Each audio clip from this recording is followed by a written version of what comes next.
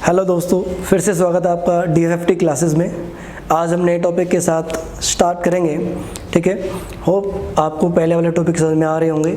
अगर आपके कोई डाउट है तो आप कमेंट करके हमें बता सकते हैं। ठीक है, चलिए तो हम बात करते हैं आज नए टॉपिक की, वो है रैंकिंग। इसको हिंदी में बोलते हैं क्रम व्यवस्थीकरण।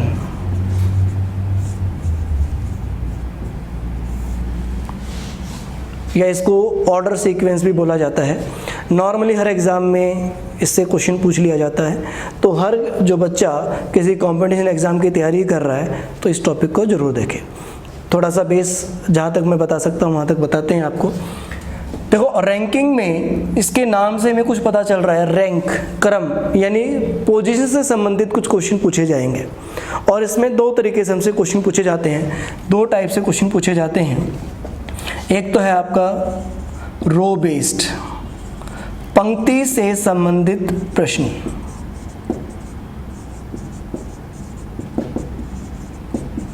सेकंड है आपका कंपैरिजन बेस्ड। इसमें क्या होती है? तुलना। रैंक रो में जैसे एक पंक्ति में बंदे बैठे हैं, इधर से चौथा, पांचवा, छठा बंदा, अंत से इतना, वहाँ से इससे संबंधित क्वेश्चन होते हैं। तुलना में क्या होता है, भी उससे बड़ा है, छोटा है, भारी है, हल्का है, तो वहाँ से ये तुलने वाले क्वेश्चन होते हैं। आपसे पूछेगा भाई सबसे भारी कौन है, सबसे हल्का कौन है, सबसे लंबा कौन है, कुछ कंडीशन देगा क्वेश्चन में। तो हम ये दो टाइप के क्वेश्चन इस टॉपिक में कवर करते हैं। ठीक है, फिलहाल हम बात करते हैं टाइप फर्स्ट, रो बेस्ड क्वेश्चन। हमें इस पे ध्यान रखना है, इससे क्वेश्चन ज़्यादा पूछे जाते हैं, ये भी पूछे जाते हैं, कम पूछे जाते हैं, लेकिन इजी है ये। इसका तरीका ऐसा बताऊंगा, एक ही क्वेश्चन में आपसे सारी प्रॉब्लम इसकी सॉल्व हो जाएगी एक ही टाइप से। ठीक है, अब रो बेस्ड की बात करते हैं, पंक्ति की बात करते हैं। तो बच्चों, पंक्ति हमेशा हमें कैसे माननी है? ऐसे माननी। जैसे आप ऐसे बैठे हैं, जैसे ये रो है, और जो बच्चे बैठे हैं इस तरह से बैठे हैं, सभी ऊपर की तरफ ऐसे देख रहे हैं, चेहरा ऊपर की तरफ है। और यहाँ से हमसे क्वेश्चंस में अलग अलग शब्दों का यूज़ करता है, भी लेफ्ट हैंड से, राइट हैंड से, ऊपर से, आगे से। ठीक है, तो मैं उसके एक्सप्लेन करता हूँ। देखो, जब आप ऐसे बैठे होंगे, आपको दिख भी रहा है, जिस साइड आपका लेफ्ट हैंड है वो पंक्ति का लेफ्ट हैंड होता है, बायां छोर। ये पंक्ति का कौन सा छोर है? बायां छोर, बायां छोर। और ये कौन सा राइट हैंड इस साइड है, तो ये हो जाएगा राइट हैंड, दायां छोर। ठीक है, अगर बाएं से पूछता है तो इधर से काउंट करना है, दाएं से पूछता है तो इधर से काउंट करना है। और बाएं दाएं का मैंने एक लॉजिक बताता हूं मैं अपने बच्चों को, आपको भी अभी बता देता हूं कि बाएं दाएं को हम कैसे ध्यान रख सकते हैं। क्योंकि कई बार इंग्लिश मीडियम वाला बच्चा जो है बाएं दाएं में कंफ्यूजन हो जाता है, हिंदी मीडियम वाला भी खुद डाउट में हो जाता है कि बाएं हाथ कौन सा है, दाएं हाथ कौन सा है। तो सिंपल से हम क्या करेंगे, देखिए बी और डी का ध्यान रखेंगे। क्यों बी और डी का ध्यान रखेंगे? आप अपने हाथ ऐसे करना, ऐसे हाथ करने पर जिस हाथ से बी बन रहा है वो बायां हाथ है। देखो बी जैसा बन रहा है, ये बायां हाथ है। जिस हाथ से डी बन रहा है वो दायां हाथ है। सिंपल, ऐसे करोगे तो आपको क्लियर हो जाएगा। हाँ, कहीं भीड़ भाड़ में ऐसे मत कर देना कभी, ठीक है ना। और समझ गए होंगे क्यों, कोई गलत समझ लेता है कि हाँ मैं अच्छा लग रहा हूँ, या कुछ गलत रिएक्शन भी आपके ऊपर हो सकता है। तो बायां और दायां ध्यान रखेंगे। इसी एंड को ही क्या बोला जाता है?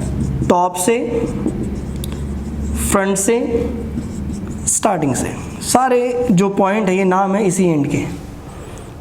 अलग अलग बुक में अलग अलग क्वेश्चन में अलग शब्दों का यूज़ कर सकता है, तो आप कंफ्यूज ना हो, उसके लिए मैं सारे पॉइंट्स यहाँ लिख रहा हूँ। अभी जब भी पूछेगा, कहने का मतलब स्टार्टिंग पॉइंट हमेशा लेफ्ट हैंड होगा, आगे वाला हिस्सा हमारा लेफ्ट हैंड। इसी का अपोजिट बॉटम से, एंड से, बैक से, ये हो जाएगा, इसका अपोजिट हो जाएगा। तो जब भी टॉप से बोलता है, आगे से बोलता है, तो हम इस हिस्से का ध्यान रखेंगे लेफ्ट हैंड का। पीछे से, अंत से बोलता है तो राइट हैंड का ध्यान रखेंगे।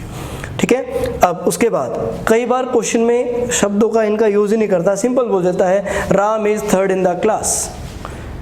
इसका मतलब क्या है? ना तो हमें लेफ्ट हैंड बोला, ना राइट हैंड बोला है। तो राम कक्षा में तीसरा।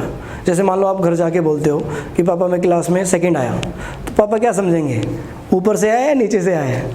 ठीक है, तो कहने का मतलब एक कॉमन सेंस होती है। अगर कोई बच्चा बोलता है कि मैं क्लास में सेकंड आया, तो हम कहाँ से मानते हैं? टॉप से, आगे से मानते हैं।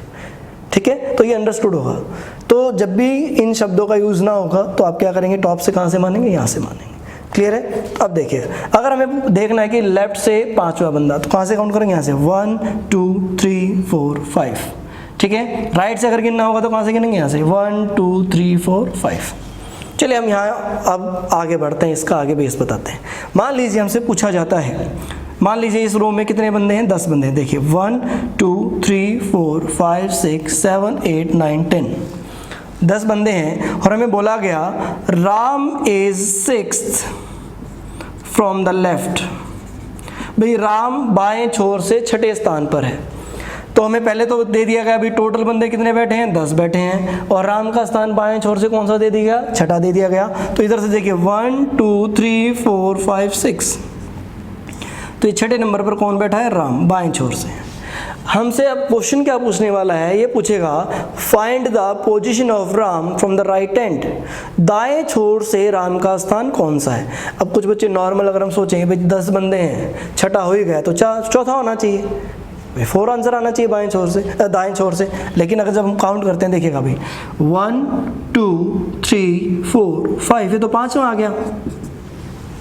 इसका मतलब ये थोड़ी कि यहाँ 11 बंदे बैठे हैं। ठीक है, तो देखिएगा भाई 1 2 3 4 5 6 7 8 9 10 ही आए हैं, तो ये 11 कैसे हुआ, 5वां कैसे आया। आप एक चीज़ नॉर्मल सोचिए, अगर आप दौड़ रहे हैं और आप तीसरे नंबर पर हैं, तो अगर आप तीसरे नंबर पर हैं तो आपके आगे कितने बंदे भाग रहे हैं, 2 बंदे भाग रहे हैं। सिंपल यही फंडा यहाँ पे है।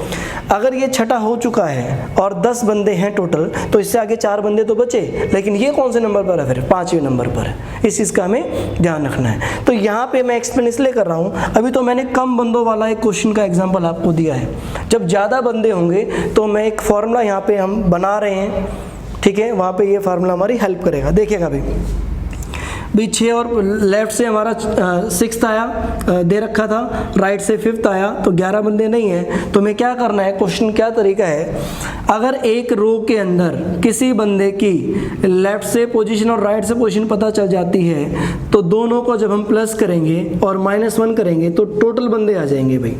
अब -1 क्यों करेंगे, अब ये 6 और 5 11 क्यों आ रहा है इस रो में, क्योंकि राम को हमने 2 बार काउंट कर लिया है। राम को हमने 2 बार काउंट कर लिया है, लेफ्ट से भी और राइट से भी। तो 2 बार काउंट कर लिया तो 1 बार कम कर दो उनको, तो इनको जोड़ के 1 माइनस कर देंगे तो हमारे टोटल बंदे आ जाएंगे। ठीक है, तो लेफ्ट से अगर मान लीजिए हमें टोटल दे रखा था 10 है, लेफ्ट से छठा दे रखा था और राइट से हमें निकालना था, तो एल और आर का मतलब क्या है, राइट और लेफ्ट, बायां और दायां। ठीक है, तो 6 में से 1 कम हो गया, कितना, 5 बचा, 5 उधर जाके माइनस का हो जाएगा, तो 10 में से 5 गए 5, तो राइट से पोजीशन क्या आ जाएगी, 5 जो हमने निकाला हुआ है। ठीक है, तो ये ध्यान रखना है। इसका मैं एक एग्जांपल और सॉल्व कर देता हूँ। ठीक है, उसके बाद देखते हैं भाई, आपको समझ में आ जाएगा। देखिए, अगर हमें दिया गया है कि एक रो में टोटल बंदे बैठे हैं 50 और उसमें राइट से दाएं छोर से सुमित जो है वो 29वें नंबर पर है, 29th पोजीशन पर है, और हमें बताना है उस रो में लेफ्ट से सुमित का कौन सा स्थान होगा, सुमित। तो सिंपल है, ये फॉर्मूला हम यूज़ करेंगे। लेफ्ट निकालना है, राइट हमें पता है 29 है, -1 फार्मूले में ही है, और टोटल 50 हमें दिया ही हुआ है। तो हम क्या करेंगे, 29 में 28 रह जाएगा, तो इधर 28 उधर जाके माइनस का हो जाएगा, 50 में से 28 घटा देंगे, हमारा आंसर आ जाएगा 22। तो लेफ्ट से 22, सिंपल क्वेश्चन, बड़ी जल्दी हमारा आंसर आ गया। ठीक है, तो ऐसे ही ट्रिक के साथ नेक्स्ट क्लास में आपसे फिर मुलाकात होगी। तब तक के लिए बाय बाय। चलिए।